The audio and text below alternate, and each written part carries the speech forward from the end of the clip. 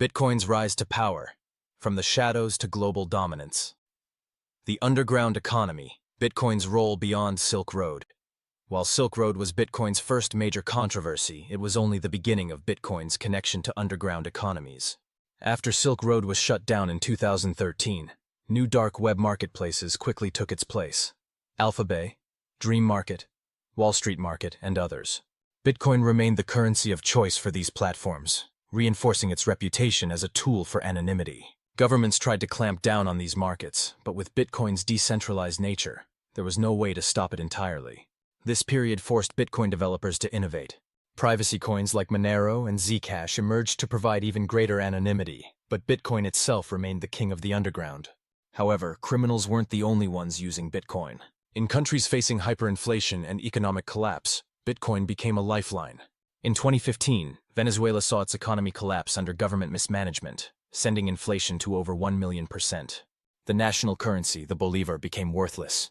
People turned to Bitcoin to escape government control and protect their savings.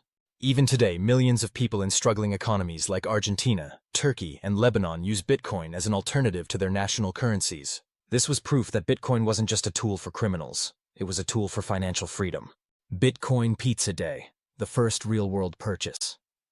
One of the most legendary stories in Bitcoin history is what happened on May 22, 2010, a day now known as Bitcoin Pizza Day. A programmer named Laszlo Hanyecz made history when he spent 10,000 BTC to buy 2 large pizzas from Papa John's. At the time, Bitcoin was worth just fractions of a cent, so 10,000 BTC was only worth about $41. It was the first real-world purchase made using Bitcoin. Fast forward to today, those same 10,000 BTC are worth hundreds of millions of dollars.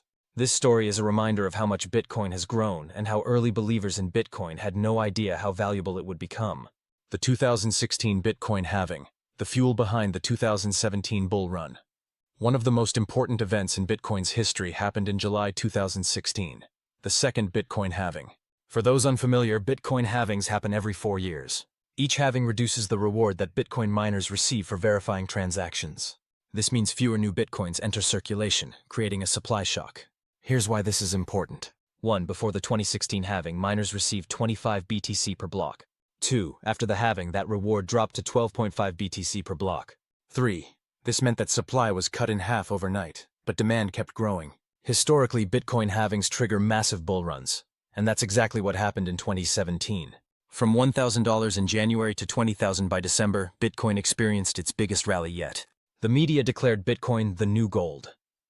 People who had never invested before rushed to buy it, fueling an explosion of interest in crypto. But what goes up must come down. In early 2018, Bitcoin crashed from $20,000 to $3,000, triggering what became known as the crypto winter. Critics declared Bitcoin dead again. They were wrong. The rise of Bitcoin ATMs and institutional interest as Bitcoin became more mainstream, so did the ways people could access it. Between 2015 and 2018, Bitcoin ATMs started popping up in cities worldwide. 1. In 2015, there were only 300 Bitcoin ATMs globally. 2. By 2018, that number had exploded to over 4,000. 3.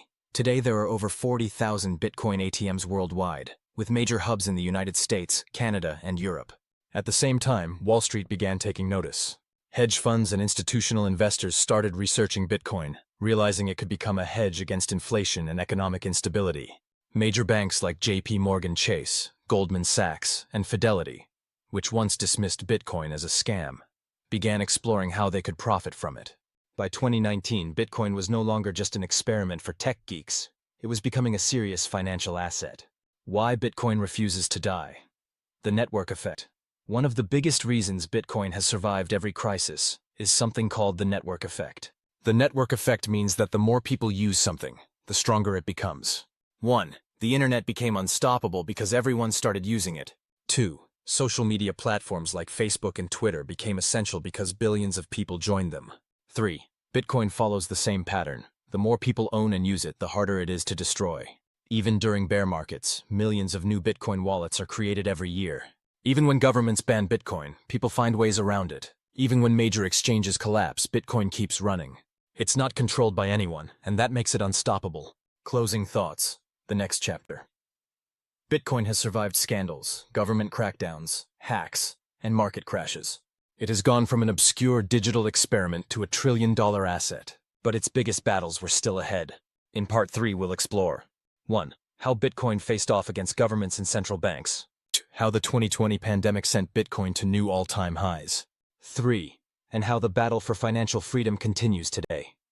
If you found this video valuable, don't forget to like, subscribe, and comment below. Do you think Bitcoin will ever be replaced, or is it truly digital gold?